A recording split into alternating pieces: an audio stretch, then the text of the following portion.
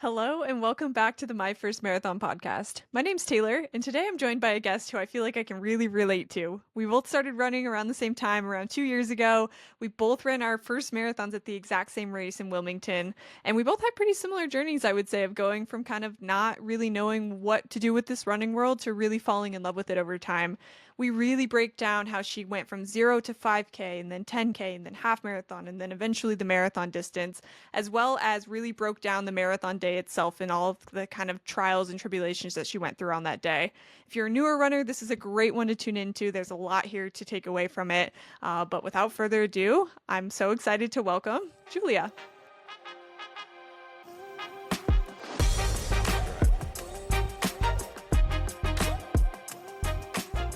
Julia, thank you so much for coming on the podcast today. How's your weekend going? Thank you for having me. It's been good. We have beautiful weather today, so I've been outside all morning as much as I can be. We had like a horrible storm last night, and Yeah. the skies cleared, and it's been lovely. It cooled off a little bit too.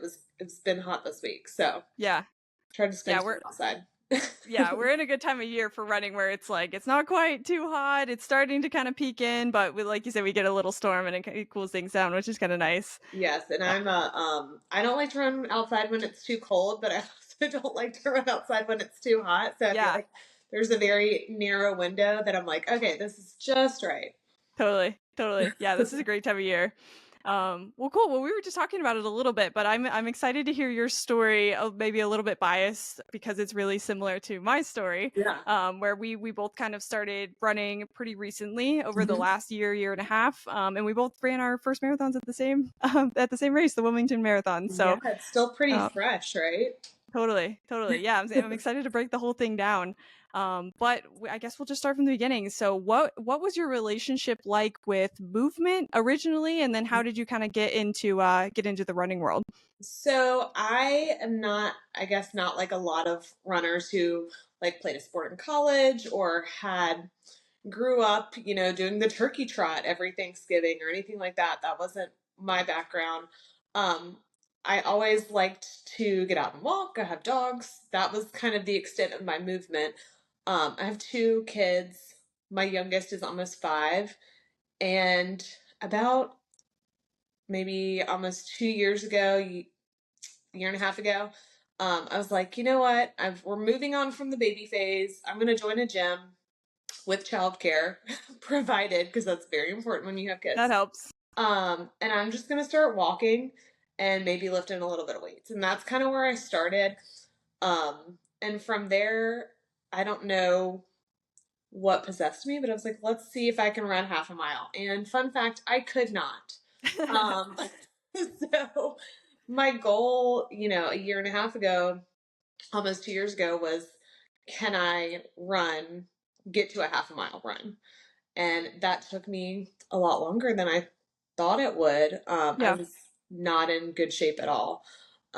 So I started to set little goals like that on the treadmill at the gym because I think, like a lot of people, I was nervous to run outside. I didn't sure. want to look silly, which I feel like a lot of people feel like that. Like they're going to look silly just running outside because we don't know what we look like when we run. Unless you're Right. a running influencer, no one's videoing you. Right. Yep. So I built up to a mile, and then eventually I was like, I think I want to sign up for a 5K. I had no idea how long a 5K was, but I knew that it was the shortest distance race. Yeah. So I signed up for a 5K with no other goal other than to just not stop running. Um, and I did that, kind of got the bug from that for races, which Yeah. once you do a race, it's kind of, you're like, okay, what's the next one I can do? And you start looking and trying to fill your calendar. So Totally. I did Yeah. a couple 5Ks. I did a 10K. The 10K to me was just like my mind, I could not wrap my mind around doing 6 miles. That seemed insane. And did that, and then kind of backed off on running for a little while, maybe 6 months. Over the summer summer 2023, Um, I started running a little bit more still at the gym on the treadmill. Yeah. So the only time I would run is outside was at races. Okay. Okay. 'Cause I Hmm. still just didn't want to do that. I didn't want to have to Yeah. think about my roots, all that jazz. Um, so eventually over the summer, I got comfortable with longer distances, and I signed up for my first half marathon, which I did November 2023. So this past November. Gotcha. Um, yeah, that's kind of what kicked off long distance for me. After hitting these goals um, from on the training plans, you realize, okay, this is hard, but like I can do this. Yeah. Um, but yeah, that's kind of where I started. Started from nothing, Yeah. trying to run a half a mile, and eventually built up to that. Yeah, there was sounds like a really natural progression. You went like by the book. I'm going to run the Real 5K, and slow. then I'm going to run the 10K, and then I'm going to run the Yes. half. It's Yeah. very much like working your way up. So I'm curious because I think a lot of newer runners or just even anybody interested in running Mhm. it would be curious about how you went from 0 to 5K. If you remember and can kind of break down if there was any strategy there or what you were doing at the gym to get to the 3 mile mark. All I was doing was I would, on, I think I was going at like half mile increments. Like, let me Hmm. see if I can build up another half mile Yeah. over like a couple weeks, which sounds crazy now that I've run a marathon, that I was taking a week or so, a week or two to build up a half a mile, but that's how I did it. I've never been one to like push myself too far out of my comfort zone. I Sure. really like, you know, to be in a comfort zone. And so running has really been one of the first things that I have pushed myself at for no reason other than to just see if I can do it. Yeah. And at almost 40, I don't know what has possessed me to do that, but here we are. So Yeah.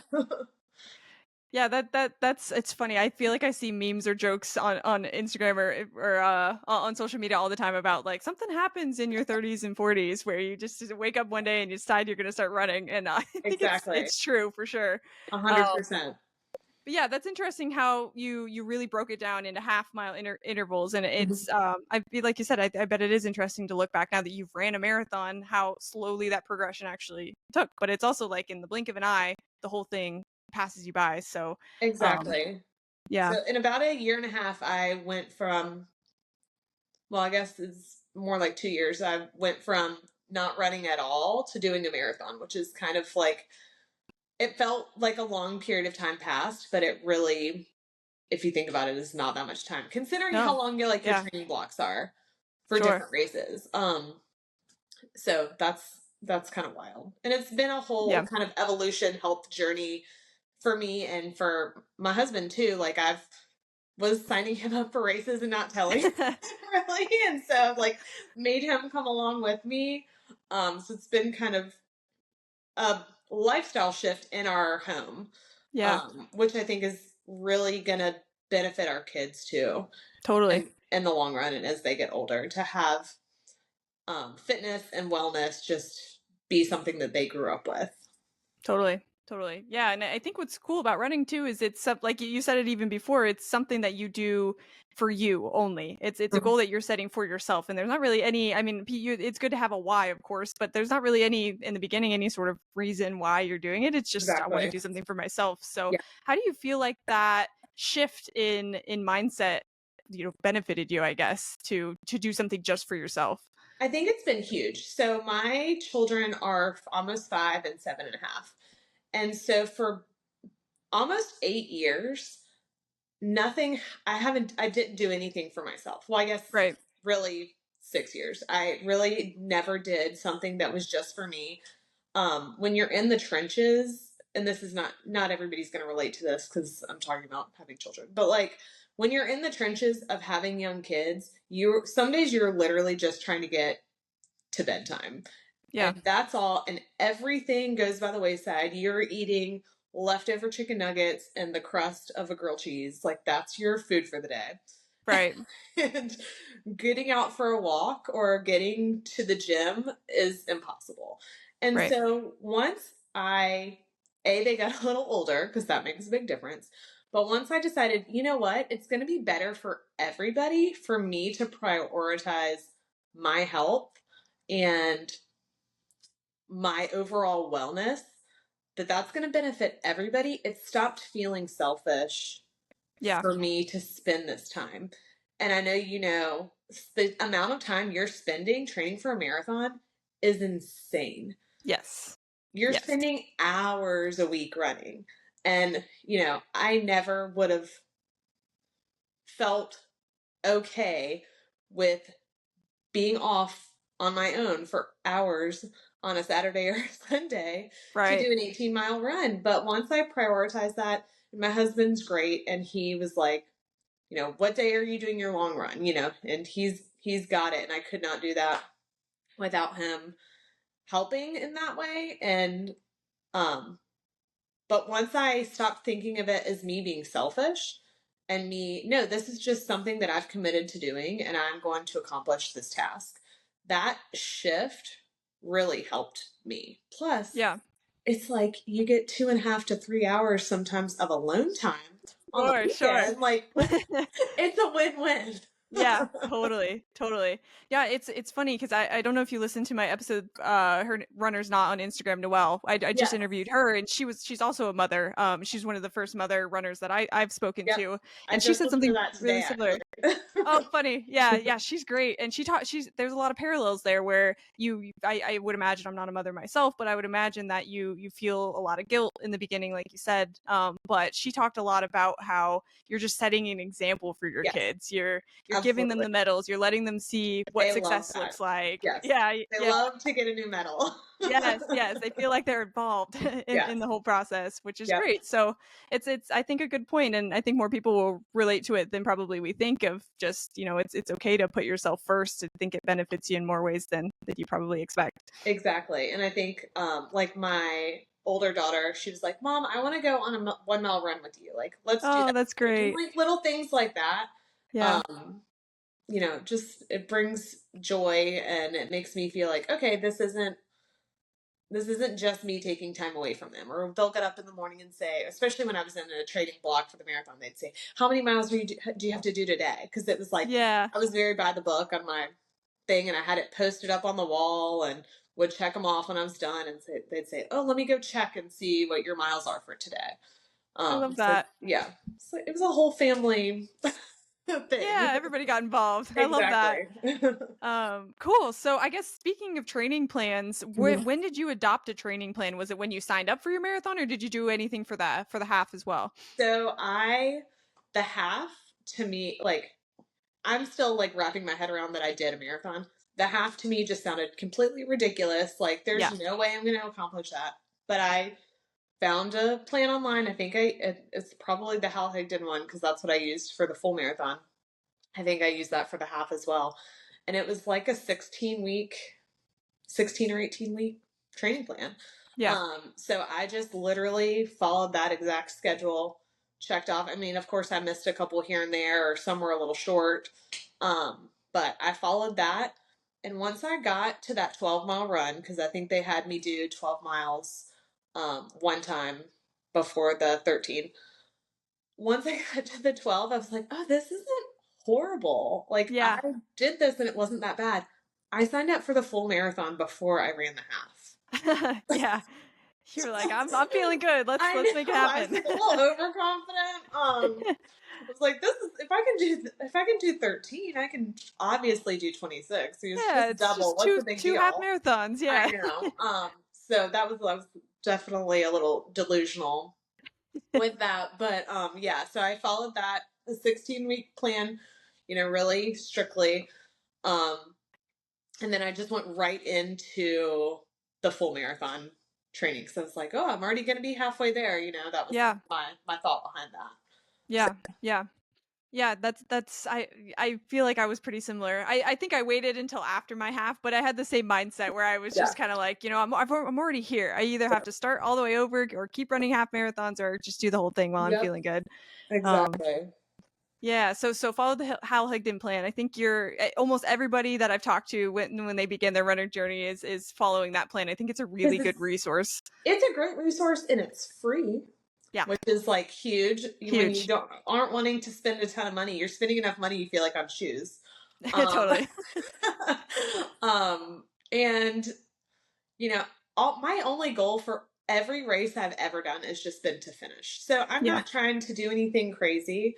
I am considering looking into running coach maybe just to do a plan for me. I don't know how in depth I want to go with it for the next time I do a marathon, but I don't know. Maybe I won't. Maybe I'll wait, you know, till another one. So I don't know. Yeah. Yeah. Cool. So for once you completed your half, well, so you said you started to feel good around the 12-mile mark in your training. So what was the actual half marathon like? Did you feel like you kind of blew through it, like you had prepared enough and you were feeling ready for it, or what was that experience like? Yeah. So I felt really prepared. I live in Wilmington, North Carolina. And every year they do the Battleship half marathon and you can Mm. do, I think it's a 5, 10, or half. So Mm. I assigned my husband to do the 10K, which Roped him poor in. guy. And I did the half. And so we ran together until we kind of split off. So I felt really prepared for that. The training plan that I used, I felt like it was very thorough. There's a couple bridges that you go over in that one. So you do have, living on the coast, we're very lucky. It's pretty much all flat, except there's Yeah. some bridges. So there's a couple bridges, but they weren't bad. And I felt good after it. The biggest downside of that being my first half marathon, it rained the entire time Oh no. and it was cold. And in Yeah. November in North Carolina, like I know you're in North Carolina, Yeah. girl, we usually have pretty good weather. Like it's Yeah. usually not super cold, so it's a good time of year to have a race. But it was cold and it rained, Mm. and it was a great experience. I felt really proud of myself. It was something that I never thought that I could accomplish, but the rain definitely like put a little bit of a damper. At the end, everybody's standing around having their beer and there's live music. Everybody had like their one beer and then they were out because it was Right. rainy and miserable. But I did feel super prepared. That training plan being 16 weeks to get you up to 13 miles, that's plenty of time. Definitely. Yeah. So yeah, I felt good about it, and I think that's what made me feel not so nervous about going right into the marathon training plan.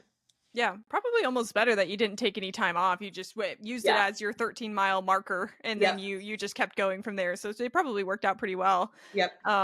Through your half marathon training, though, when were there any sort of setbacks through training, or was it pretty seamless going from kind of 5K, 10K to half? It was pretty seamless. It was once I got to longer runs, like I said earlier. Yeah. This is controversial. I like a treadmill run. Like I like Hmm. to Hmm. like put my little show on and my AirPods in and not have to think about my route. Anything over like 6 miles, I'll do outside. Hmm. Um, but I felt really good about going right into that. I didn't have any Hmm. issues. Um, my first probably lost. I remember my first 7 miler, and I did that outside. I think that was maybe the first run that I did outside. I was really I was actually going to ask that. Yeah. yeah, I was really overwhelmed by that, and I remember finishing that 7 mile run and being like, "Oh my gosh, that is the longest run I've ever done. I can't believe I just did that." And it was also outside and in like August or September. So it was Oof. hot. Yeah. So that was like I specifically remember that being like a big like check off my list that I did a Yeah. long mile, I did a long run outside. It was super hot, but I completed it. And that felt just like this huge mountain that I had climbed. Yeah. Yeah. What do you feel like was maybe the hesitancy to go outside? I know you said in the beginning maybe just feeling like I don't know what I look like, but was there anything else other than like just insecurity that was preventing you from wanting to run outside? I also I guess it's like carrying my stuff. I didn't have all the gear then. Now I have like Hmm. belts and vests and like stuff.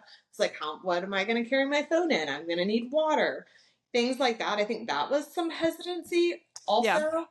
Um Now I've got like every running belt probably that they make.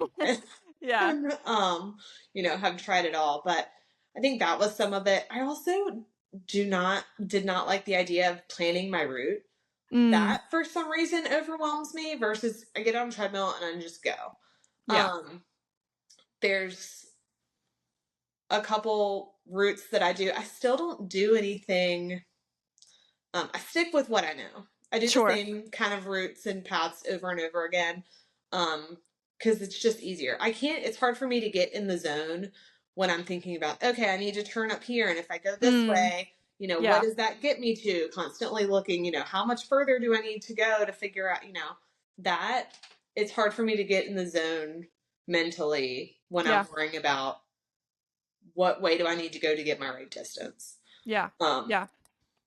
so Yeah, I think you're just proof that you can keep this whole thing pretty simple. That it doesn't need to be anything crazy. You don't need to be, running on a trail or doing anything super insane. You can be on a treadmill, you can be doing something that you're comfortable with and still run a marathon. So yeah. I think that's a good thing to point out for sure. Well, and here we have, I live close to the beach, and there's a really great path called the Loop, and it's two Mhm. and a half miles around. And so there would be times where I would literally just do like 6 laps around this Yeah. one path, and people probably thought I was crazy because you're like passing stores and restaurants and stuff, and I'm just doing this loop over and over and over again. Uh-huh. But it was something where I could get in the zone, and I didn't have to think about it. I just knew, okay, I go around this 5 times or whatever, and I'll have my distance. Yeah. Um, so that was a lot of my go-to for training on Yeah. treadmill. So Yeah. When you're in the zone, I guess more so when you're outside, because when you're on the treadmill, you said you're usually watching something. So are you a headphone or a music listener? Are you audiobooks? Like how do you zone out on a run? I am an audiobook gal. Nice. Yeah. I've tried podcasts, but I feel like it's just not the same feeling. So I use runs as a good opportunity to really knock some books out. So I like music too, but I find myself wanting to like change the songs and things like Mm, that. And then that takes me out of it too. So I can just put a good book on and yeah, just get going. yeah. Yeah. The limit all the distractions. Just want to put on the shoes and go for it. I love that. Exactly. When I feel like especially if I have a good book, like that's my little reward Yeah. for doing this run is I get to listen to my book for an hour or whatever, Yeah. so it's a little bit of a motivator too. Totally. Yeah, I actually just posted about that the other day, that it's I think it's important in the beginning to have like almost a reward based system for Yes. yourself when you're starting to build distance, because it's like you almost have to trick your brain into thinking that you like running Yeah. for a bit. Yeah. And if you can like have little things like that that motivate you, aside from just going out and going for a run, I think that's important to just building distance and getting more comfortable with it for Yeah. sure. Because it's not fun, especially when you're starting. Like, no one's No, it's having a good not. time. No. Like, No. you're like, I don't have to be doing this. Why am I doing this? Yeah, exactly. Why am I putting myself through this? Yeah. But yeah, it's so important to just like take the pressure off. I think in the beginning a little bit, like everybody who's ran a marathon did not feel good in the beginning if you were Hmm. starting from kind of a zero or close to zero. So Yeah. don't put so much pressure on yourself, I guess, is the best advice to give. Exactly. And I don't have a lot of time to watch TV, and I like to go to bed super early. So even after my kids go to sleep, I'm going to sleep Yeah. soon after that. So that's why being able to watch TV on the treadmill or watch a show on my phone, that was like such a treat because I'm like, oh, Yeah. I have, a longer run. I can knock out, 2 shows or 1.5 shows. Yeah. Like this Yeah. is treat for me versus, just listening to music is Yeah. great, and sometimes it's the right vibe, but sometimes I just want to feel like it's a little bit of a relax. Yeah, I'm sure. Even like you said, you're busy. You're a mom. You've got a million things going on. Yeah. It's a time for you to pause and just do Mhm. something that you want to do. I'm sure that's really important. Yeah, for sure. Cool. So after the half marathon, you were feeling good, and you went right into your marathon training plan. So what were the next, I guess, couple of weeks like for you post half marathon when you were starting to really build up into the bigger distances? Yeah, so I specifically remember like around New Year's, we always go on this. My husband and I take our kids on this trip to the Outer Banks. And that's where we celebrate New Year's every year. And that weekend, I had a 15-mile run was on my schedule, and that was obviously like just mind blowing. I had done the half, but I had never gotten to that distance before. And when you start getting to those distances, like to me, 15 and up on your training plan, it is just like, it feels crazy that you're expected every week to just tick off these like insane numbers. Yeah. Before that, I was fine. I was feeling okay. But for whatever reason, I remember getting to 15 and just feeling like, what in the world? Like, this is crazy. What am I Yeah. doing? Um, and that is when I really, it started to get serious, I guess, for me. I mean, as serious as it can be for, the fact that no one's making you do this. You can stop at Right, right, any right. time. Serious for you. Yes. But that's when I started talking about it more, and I started posting more about it. I think I started my Instagram account to document because I had friends and family were like, "Oh, I want to know about this. Like, take us Yeah. along." And I didn't want it to be with my personal account. So I started doing that, and just for whatever reason, getting to that 15, that was like a real game changer for me. Started really trying to like play around with fueling and Mm. different water carrying devices like vests versus belts and handhelds and all that kind of stuff. Because even though during the race that there's fueling stations, I still like to like carry all my own stuff. Yeah. I just feel better about that, and because I don't like a lot of the gels, and so anyway, it started to be a lot more real once I got to that higher number. I feel like, Yeah. So 15 was kind of the hump that you had to get over to start yeah. building distance from there. Yeah. Hmm. What were you learning at like early on when you were hitting those 15, 16 milers? You mentioned that your opinion kind of changed on fuel and bringing stuff with you. Like what did you change that helped you? I I think I just kind of narrowed in on what worked best for me. Like Mhm. the gels don't sit well in my stomach, so I prefer the honey stinger chews. That's kind of my go-to. I like the waffles for a pre-race. Um, I also had for a long time had this like mindset of, oh, I can't eat anything before I run because it upsets my stomach, Mm, which is like you can't do a long run on an empty stomach. yeah. And just like learning little things like that ended up making a big difference because you can eat something before you run. It just has to be the right thing, and it has to be enough Right. time in advance, and things like that. I started to try and educate myself more.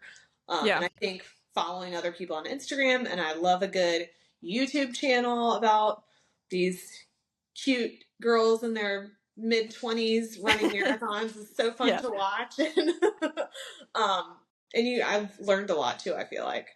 Yeah. Yeah. And it is a lot of trial and error, which I know we brought up kind of a lot on this show, but I really want to keep emphasizing that everybody is completely For different. sure. What works for me and what works for you could be complete opposites. So I think a little bit of trial and error through training is a really, really good move. Um, Absolutely. And it's funny, you can kind of get away with not prioritizing fuel in the right way when you're running Mhm. for the half marathon distance, like not Yep. eating before a run. All of your long runs are probably less than 10 or 10. Yep. So you can kind of get away with it, but once you get over the half marathon mark, you start to realize, okay, Yeah. I You're like, maybe this maybe isn't this going to isn't the work. best plan. Yeah. You're like, why am Yeah. I so tired? Oh, wait. Probably because I haven't eaten anything. Yeah, yeah. Yeah, that's interesting. Cool. So where do you feel like from, 15-mile run all the way up to your longest run? Was your longest run a 20-mile run Yeah. for your training block? Okay. Just Yes. one time. Yeah. One. Okay, cool. So 15 to 20, where do you feel like your kind of high points were with training where you were feeling great? And then if there were any sort of setbacks, where do you think those were? I think once it started to get really cold, like Yeah. end of January, February, it was like so hard for me to get bundled up and get outside and do those runs because I'm also, doing them in the morning.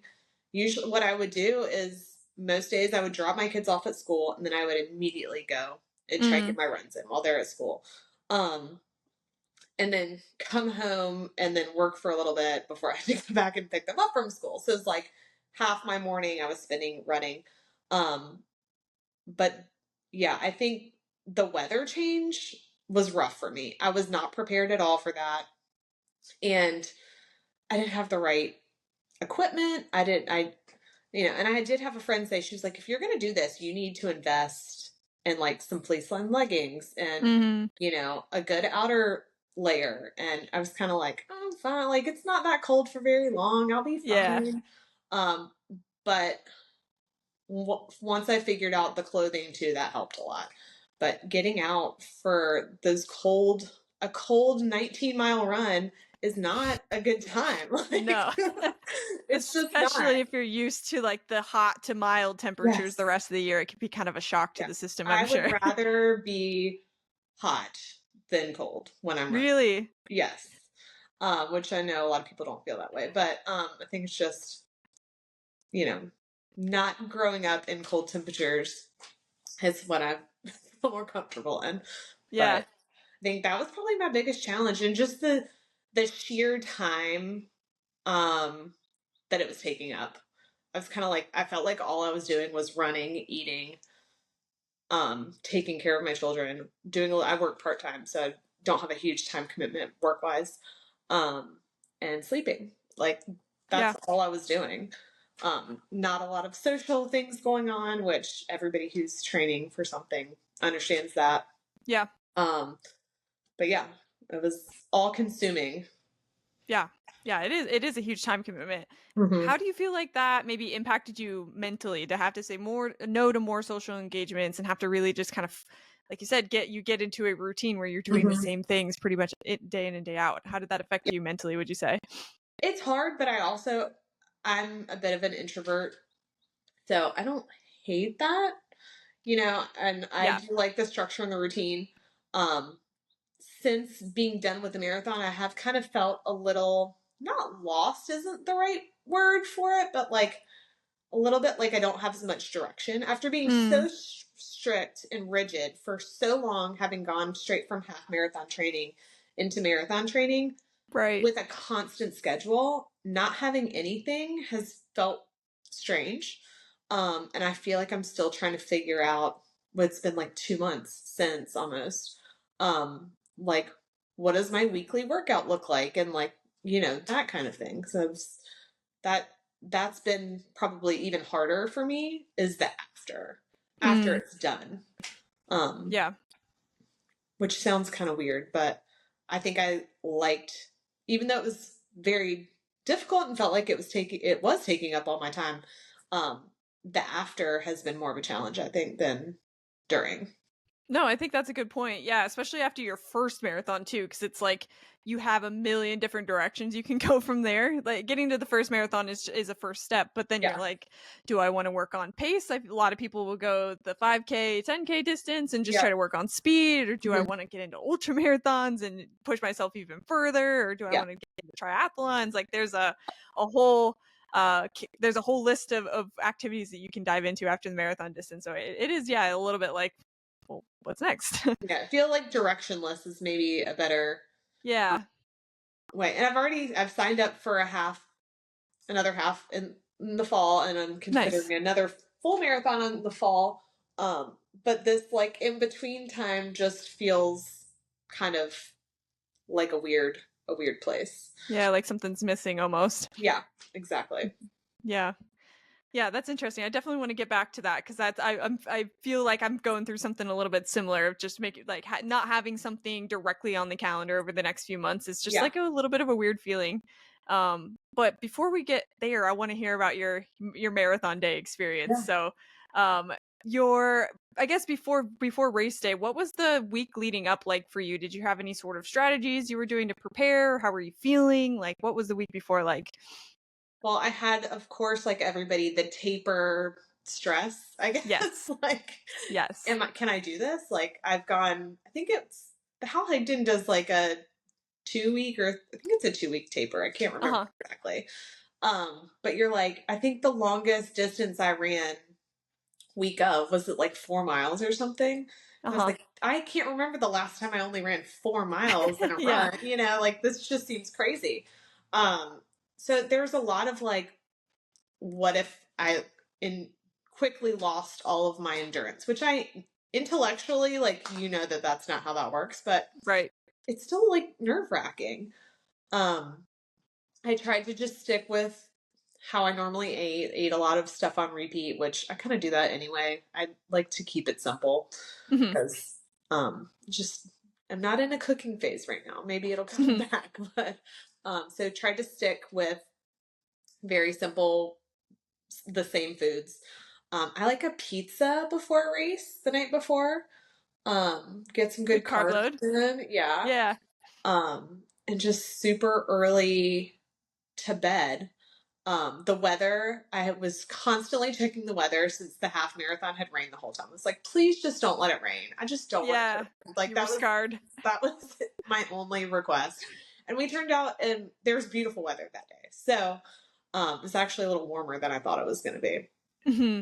So yeah, just an early bedtime, which I like to do anyway. Um, but nothing, I think I was just getting nervous and, what if I can't do it? But that's what everybody is thinking Totally. right before their first marathon. Yeah, well, you did it the right way doing your marathon in the city that you live in too, because you got to sleep Yeah, in your own bed the night before, and that's like huge. routine Yes. was the same. Yeah, Yeah. um, It that was helped smart. so much because I haven't done an out of town race yet.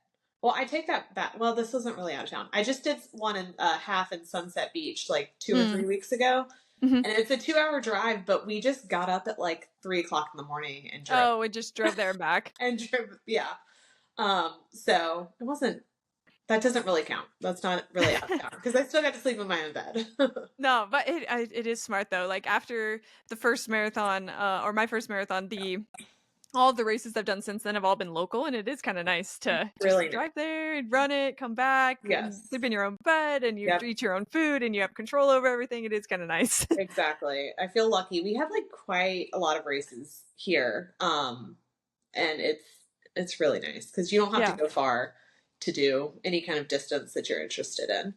Well, and they're all very beautiful races too, being on the beach and near the water, Nice I'm and sure. flat, most Yes. importantly.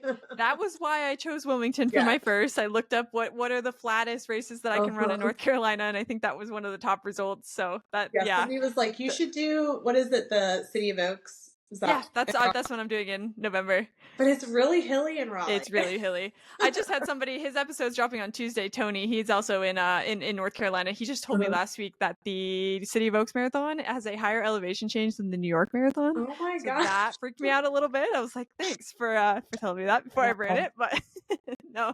But yeah, I think for the first one that was really important for me. I'm sure for Yeah. you too, to make And sure that it was a flat run, that we don't need hills. This is already going to be yeah. something that's difficult to Especially get because through. this is where I'm training. Like if I Yeah, was true. training somewhere that's hillier, then okay. But like to train hills for a race somewhere else, like I guess I just have to do like change incline on the treadmill. Like I wouldn't even know Yeah. how to go about doing that. Yeah. So it's a fun race too. Like it's pretty. You start at the beach and you run to Yeah. get down.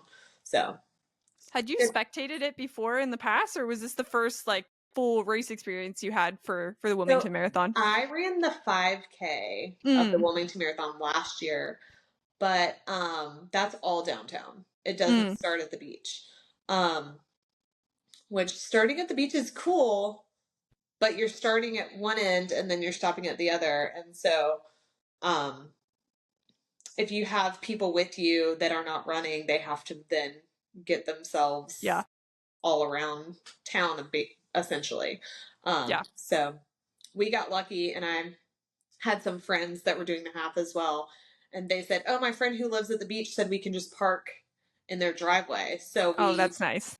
got to drive all the way to the start, left the car there. And then, so we didn't have to do the bus or the shuttle and all of that good That's stuff, great. which was That's great. also like a huge stress off because the shuttle and that was like starting to overwhelm me. And so definitely got lucky for that as well.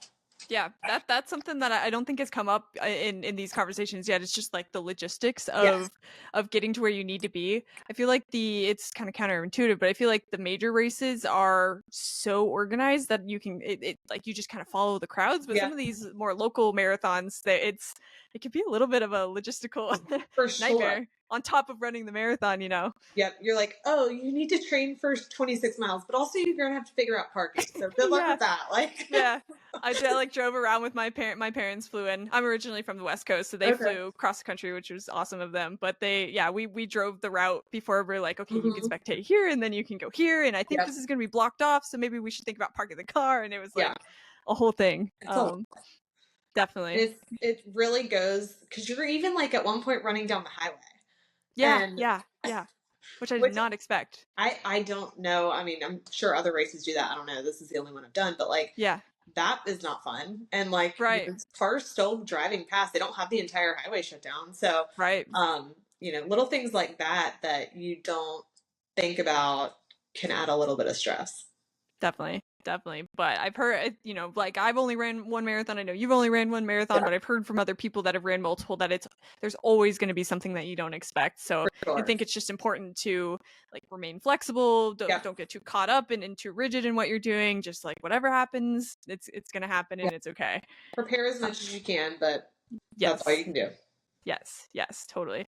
Cool. So let's break down race day. I kind of have joked that the marathon distance I feel like is broken up into three parts. It's like race to 10 to 13, Uh-huh. and then it's like 10 to 13 to 20, and then it's the last six. So what were the first 10 to 13 miles like for you?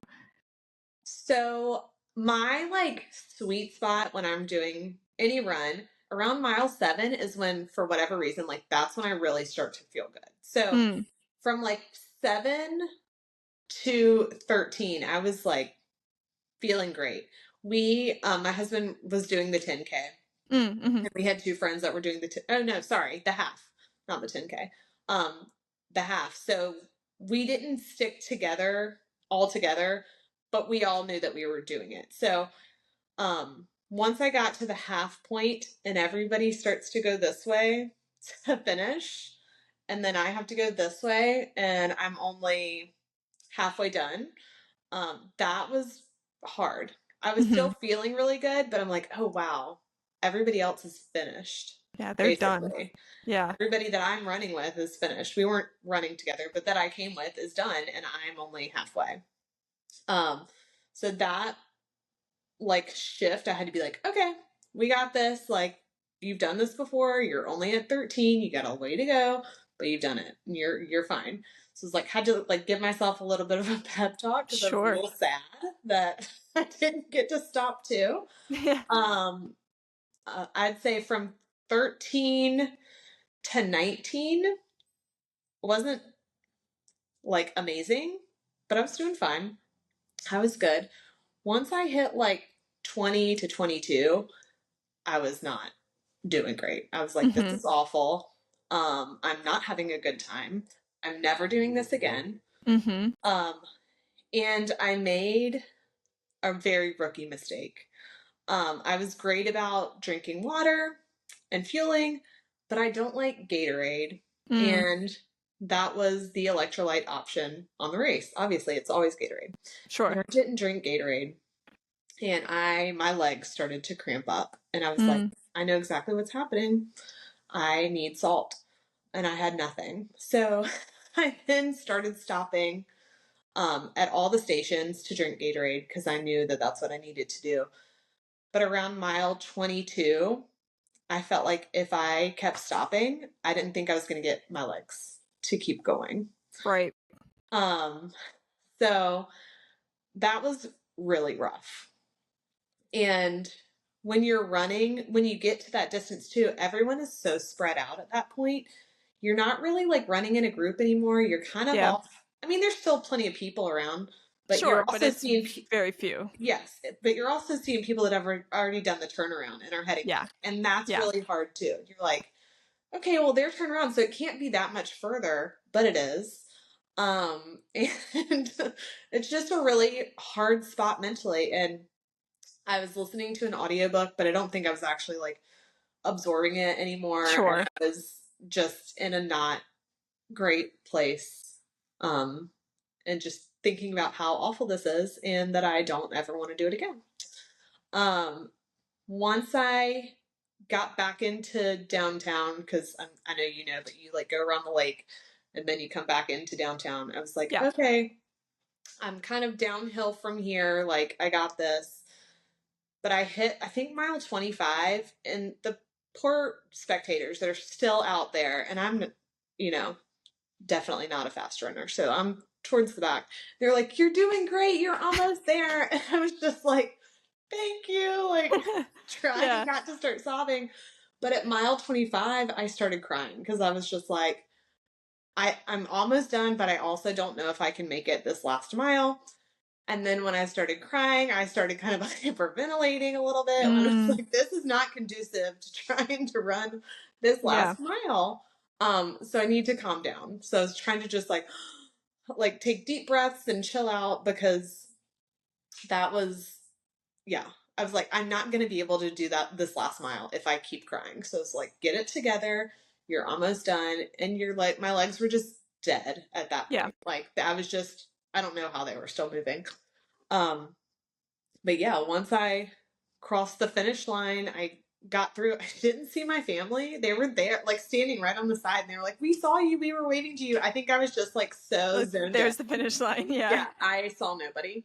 Um, and once I was done, I kind of just had like a neutral then reaction. Like, I think I just went into this, like, I don't know, like this space where I was like, "Oh, I'm definitely gonna cry when it's over, because I'm gonna be so happy that I accomplished this huge goal that I've set for myself."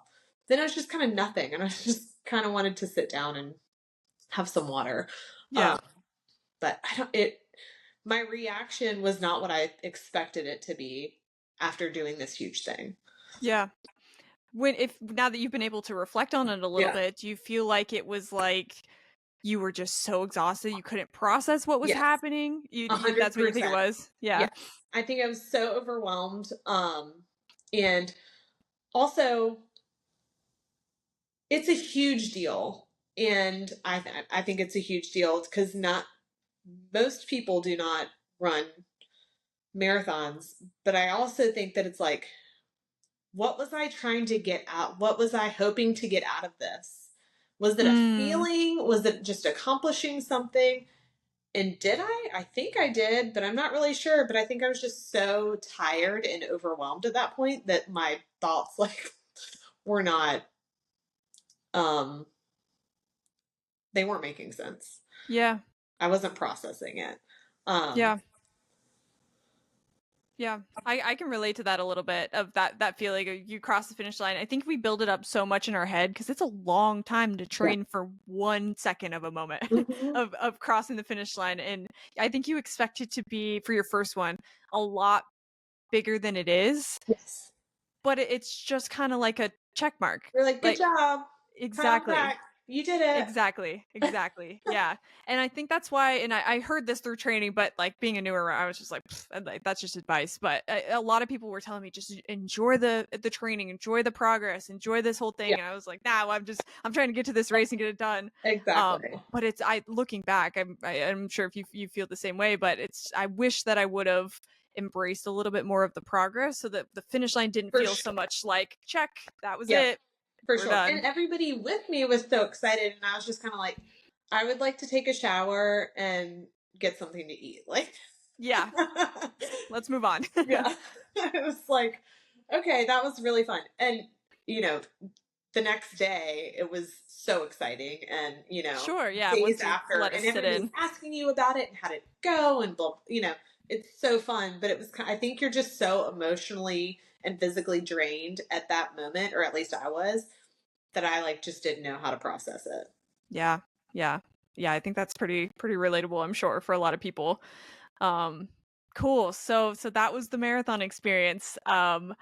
Crazy. Wilmington, like you said, it was perfect weather. Everything was great, but there were a few kind of unexpected stuff towards the end. I felt like we were by ourselves for a long time, and Yeah. then there was a couple of hills at the end that you kind of had to go up to go back down to Yeah. finish. So yeah, the last six, I would say for me too, were pretty tricky and It's just not rough. what I expected. And I have like all the long races go around Greenfield Lake, that lake that they Oh take you yeah, all around. yeah. And so I have like really negative feelings towards that lake, Can never because go back. like every race towards the end, And they Uh-huh. always are like, let's go around the lake. It'll be so nice. And I'm just like, I Yeah, stop making can't us do go around it. this lake.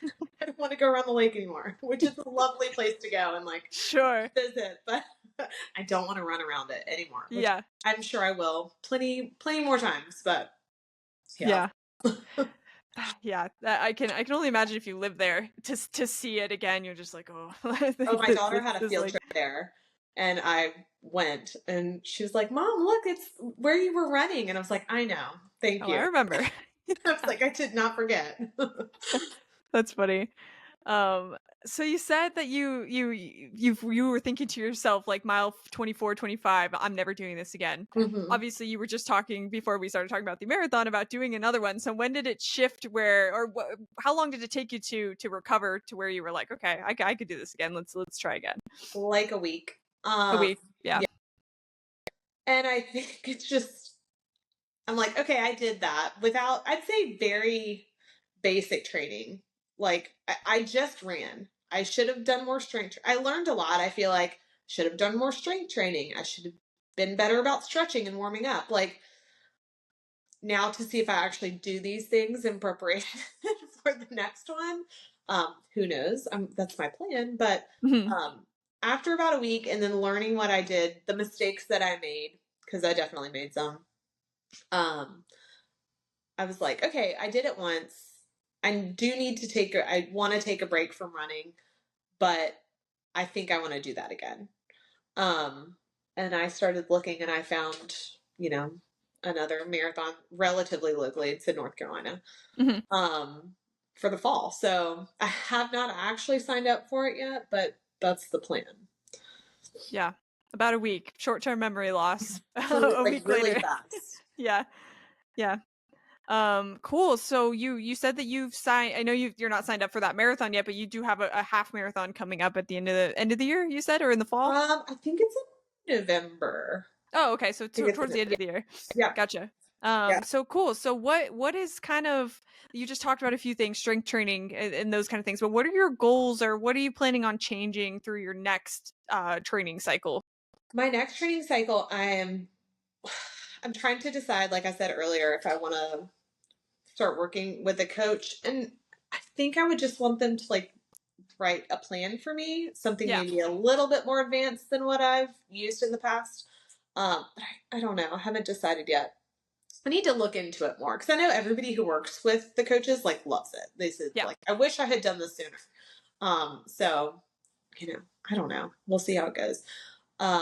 But definitely need to work on strength training because I don't think my legs would have felt as bad towards the end if I had done more strength training. Mm-hmm. Um, Also, taking in more electrolytes during the race.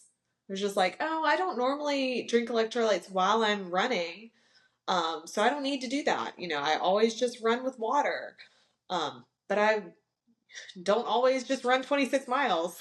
Right, right. Like, you know, that was a huge one. I got to, I think I said mile 22 or something like that. And I was like, okay, yep, I've made a mistake. This is not good.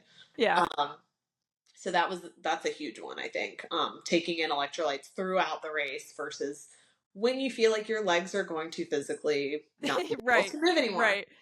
Yeah. I heard this quote the other day that should like completely change my perspective on fuel. It was like you're not fueling for current you, you're fueling for Yes. future you. And Yep. I was like, "Oh, okay. That makes a lot of sense. Makes You so should be much fueling sense. before you need it." Got it. Exactly. Yeah. Um, and then stretching after, I'm so bad. I feel like a lot of runners are. I'm so bad about stretching after running because I'm like, okay, I'm done. Like, all right, let's move Yeah. on to the next thing versus taking the time and really focusing on that as Yeah. well. I think that'll make a big difference. But I'm getting old. I'm almost 40, so you got to stretch out those muscles. Right, right. I think it's important for everybody, but It yeah, is. yeah. Stretching is huge, and I think everybody falls into that trap where you're like, all right, I'm done for the day. I'm Yep. good. I don't want to take I another just 15 minutes. today I did it 3 miles a little while ago, and I was like, "All right, I'm done." Well, I just like hopped off and went on to do something else, and it was like, Yeah, "No, I didn't stretch. It's too late yeah. now," which it's probably not, but like things It's like that. tricky. Yeah, I'd say those are probably strength training, proper fueling, and stretching. are things I really want to get better about. Cool. Yeah, I guess I'm not big on like pace or total time. Just want to complete it. That's always Yeah. been my goal, is to just and nothing wrong with run walking. I think that's great if that's what you want to do. But my goal has just always been, I want to run the whole time, no matter how Mm. long it takes. So that's where I've always been Hmm. with that. Yeah. Everybody's goals are so individual. Like we talked about the whole time, like these are our own, we're doing this for us. These are our Exactly. own goals. So Yeah. however you want to measure kind of success or progress, I think that's totally fine. Yep. Cool. So I guess to kind of wrap things up, I'm curious, now that you've ran your first marathon, you're learning a lot post marathon on what you're going to do Mhm. maybe the next time around. What advice would you give to somebody who is maybe thinking about signing up for their first marathon? You can absolutely do it. If you're unsure, just do it. If you have to walk, it doesn't matter. Just try it. You're going to feel so accomplished at the end. Um, Everybody says this, but like, get some good shoes. That's huge. And Hmm. socks. But yeah, just if you are even thinking about it, just try it. You'll be able to do it. You can do it. If I can do it, you can definitely do Yeah. it. Yeah. Totally. You just have to believe in yourself. You'll prove it to yourself along the way. So Exactly. just like jumping into it and getting after it. I think that's great advice. And then I asked this question to Noelle as well, so I kind of want to ask it to you Mhm. too. At being a mother who is also prioritizing running, what if the advice is different? What advice would you give to somebody who is in a similar spot? Yeah. Um, for me, I had to let go of doing it perfectly. So if my schedule that day said you have 6 mile run, okay, well I only am able to do 4. Past me, before I started this whole running journey, would have been like, well, I don't have time to do 6, so I'm just not going to do it at all. Or I'll do it another day. It's probably not going to happen. So just do what you can in the time Hmm. that's allowed. You're not you're better off doing some than nothing, because you're not going to reschedule that. You're not going to find time to. So just squeeze it in when you can. I think that's, for me, was the hardest thing. If I couldn't do all of it, I was like, what was the point of doing it at all? Mm. And once I kind of let go of that and was like, well, I only have time for 3 miles today. Okay, well, I did the 3 miles. So letting go of doing it perfectly um, is huge. You got to just fit it in where you can. And sometimes that means taking your kids to the gym daycare so you can get on the treadmill for an hour and a half, Sure. and that's just how it is. But you're getting it in, and they're having a good time too. So, Yeah. Yeah. No, I think that's great. That's great advice. Cool. So I guess last couple of questions are just the questions I've been asking at the end for everybody, just so we can collect a little bit of data. I always give my disclaimer: this is so individual. Fuel the way that that works for your body. yep. Get shoes that work for your body. But for you, what fuels have been kind of your go to through training? I am a honey stinger gal. The chews for while I'm running, and then I like the waffles for pre. Yeah. They just, every other thing that I have tried just does not sit well in my stomach, and you just have to try stuff until you find what's right. Yeah. Um, Honey stinger, even the gels, I don't love their gels, but the chews are like, they work great for me. And some people say like chewing and running is hard, and I can totally see where you're coming from with that. I do like have to slow down a little bit to take them in, and Hmm. it's like one pack is 2 servings, so I'm also counting like 1, 2, 3 as I'm popping them in. So it takes like a little bit of thought, but I think it's worth it because they sit so well in my stomach. Yeah. Um, so I'd say honey stinger. I've done spring. I guess Mm-hmm. are they really gels? They're not really gels. I don't know. They're like a thick, more applesauce like Oh yeah. Yeah. consistency. Hmm. Those are, I've been okay with those. But the honey stingers are my go-to. Cool. Yeah, I like the honey stingers a lot too. I like them, especially the chews, because they're smaller. Like Yes. I also really like the Cliff Blocks, but they're so massive that I have a hard time chewing them when I run. So I I like the haven't honey stinger tried for that. those, but I've seen, don't they come in like a long like Yeah. stick kind of? I've Yeah. seen, they seem like they're easy to like attach to belts and stuff, because I've seen people Yeah. like having them like just stuck in their belts like that. Yeah, and they're easy to squeeze out too. You Yeah. can kind of like because they're in a tube, but Yeah. they're so They're big. I have to big. kind of like take them in halves because Yeah. they're giant. Yeah. But yeah, I like honey stinger because they're a good size Yeah. to take for sure. Cool. Well, what about shoes? What have been your go tos for shoes? Yeah. I've been wearing the Saucony rides. Yeah. I think I just got the 17s or the newer version. And I've liked those. I've had, I think, three different versions of those, and they've worked well for me. I'm not a shoe rotation kind of person. I don't have 15 pairs of running shoes that I'm swapping out for different runs or anything. I stick to, I think I have two pairs that I kind of like alternate just so I'm not going all on one pair. Um, but yeah, those have worked well for me. I tried the Brooks Ghosts Yeah. because they recommended those for me, and I didn't love those for running, but I walk in those and I love those for walking. They're super comfortable. hmm But like you said, everybody's completely different. So Totally. Yeah. Go to a running store, get your feet measured, exactly. find out what's best for you. Yeah. I just like to give a couple, or I like to ask those questions at the end because when I was a newer runner, I didn't even know what brands were even out there as options. So, Right. And it's a lot. It's very yes, overwhelming. totally, Yep. totally, yeah, cool. So, I guess the last question is just we already talked about what's coming up next for you. You've got a half thinking about signing up for marathon. I'm looking forward to kind of hearing what transpires there. But for those of the audience that wants to kind of follow along with you, where can we find you?